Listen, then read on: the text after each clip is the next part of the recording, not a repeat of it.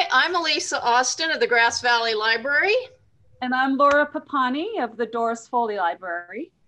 We have Reinhold Rauh here, who is part of our Lola Montez 200th birthday celebration. He is originally from Germany, but he is living and working in South Korea. It is tomorrow morning where he is. I don't speak German, but I have Laura here who does. Yeah, we can speak English. It's okay. Well, we want to say the names of the titles of your books. So Reinhold is the author of Lola Montez, die Königliche Matresse, the Royal Mattress, published in 1992. Ludwig I und Lola Montez, der Briefwechsel, Ludwig I and Lola Montez, the Correspondence, published in 1998. Yeah, I have been editor. The editor, okay, thank you. And Die liebende Lola Montez in Zeiten des Zweiten Amerikanischen Bürgerkriegs, or The Loves of Lola Montez During the Second American Civil War, published in 2016. He has written books on other subjects as well, particularly film and film history. Is that correct? Yes. Okay, Lisa. So welcome. It was the author, Bruce Seymour, who put you in contact with us. Yes, thank you. It's a big honor for me. So you've written 3 books on Lola, 2 biographies, and 1 fiction. Why Lola? Why is she interesting to you? It was in the 70s. I was doing my major in film theory, but in these times in Germany, we had to have another subject. And so I was choosing Bavarian history.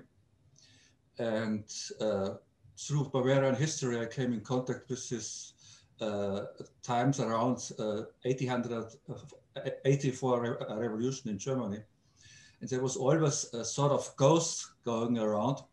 And this ghost was called Lola Montez. At these times in the 70s, there was no real record on her. I did not understand why she's connected with the German revolution, the 1848 revolution. And I was a little bit confused, but I lost a path because I was studying my film theory. But I think it was around 1990, I was working for Heine Publishing House in Munich. I had already published some books on Woody Allen and on Wim Wenders. And suddenly they asked me, how about writing a biography about Lola Montez? So I had some seconds, it took some minutes, yeah. And then I said yes.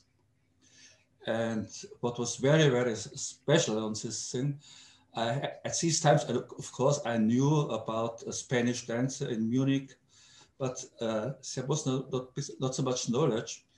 And when I was starting to make some research, suddenly I found out that there is, firstly, nothing in German, no German biography on Lola Montez, firstly. And second, that's a big, there have been 2 biographies at these times, Helen Holbridge and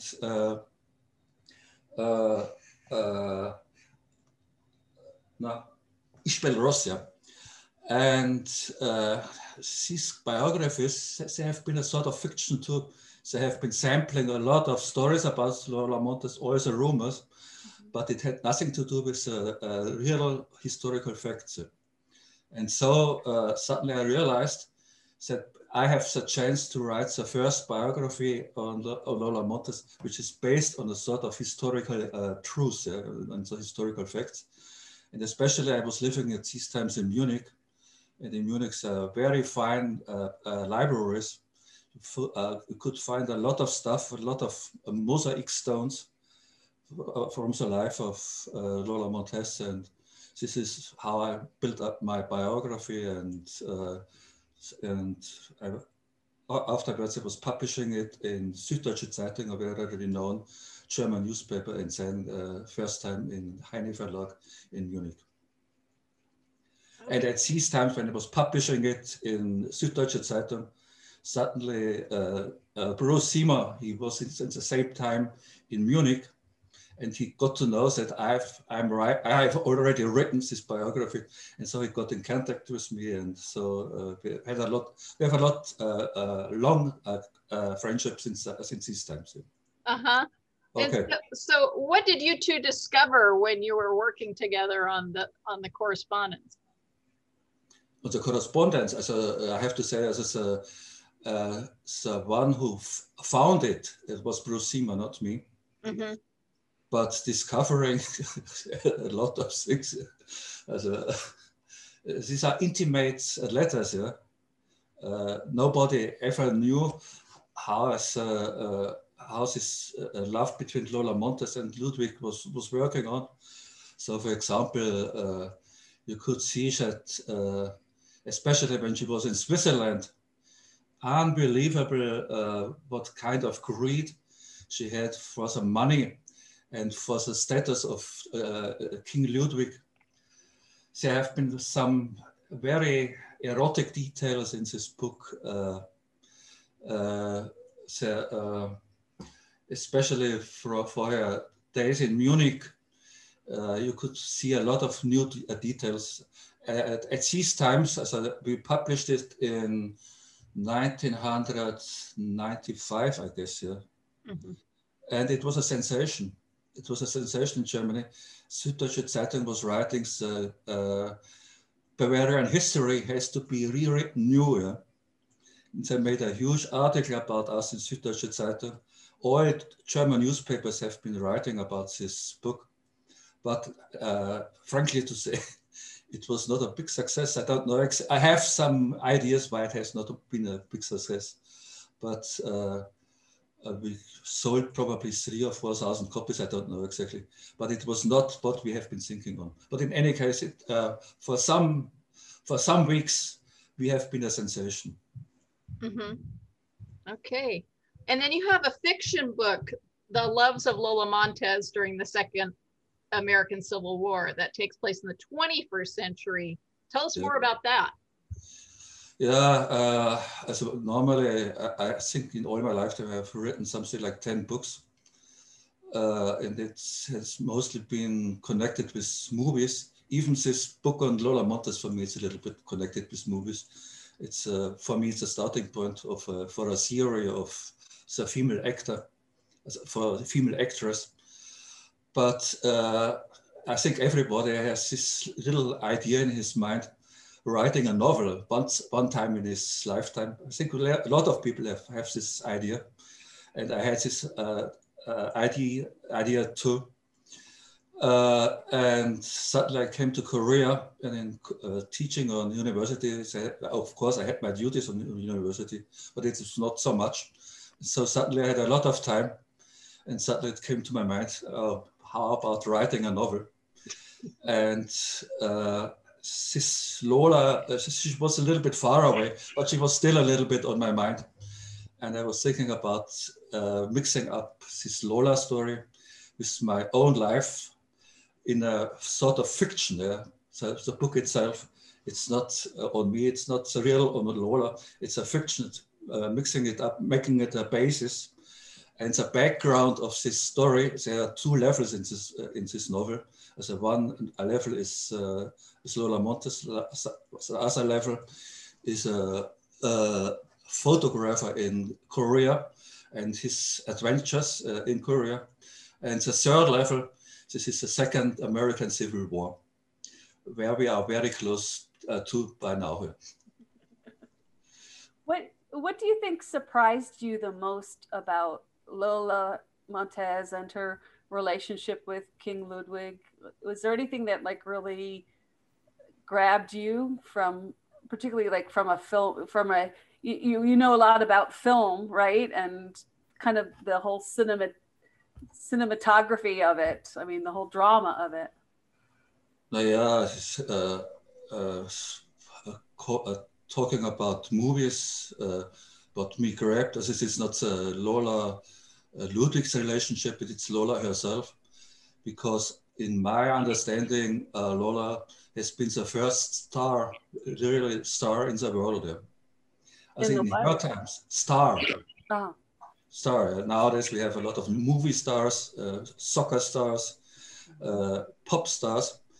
But what is very unique on her is they have in her times there have been other dancers too, Lucille Grahn, other ballet dancers like her, and they have been very good, and they have been very renowned in the world of the 19th century. Mm-hmm. But what these dancers have only been renowned of her skills. They have been very good. Lola never had these skills like the other dancers. Yeah. She had the spider dance, right? Yeah, it's very lovable. Nowadays it's lovable, but in her times it was probably something totally different. But what she has done, as I said, these other dancers, they have been dancers and they have been renowned because of their facilities to dance.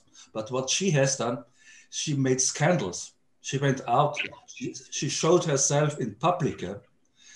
The other ones said they never did this in public. They did not show them in public. She was a sensation for herself. Yeah? And this is a shame. Also, you have, if you want to be a star, it's not only that you are a good actor or that you are a good dancer. You have to have an image. Mm-hmm. You have to have a story around you.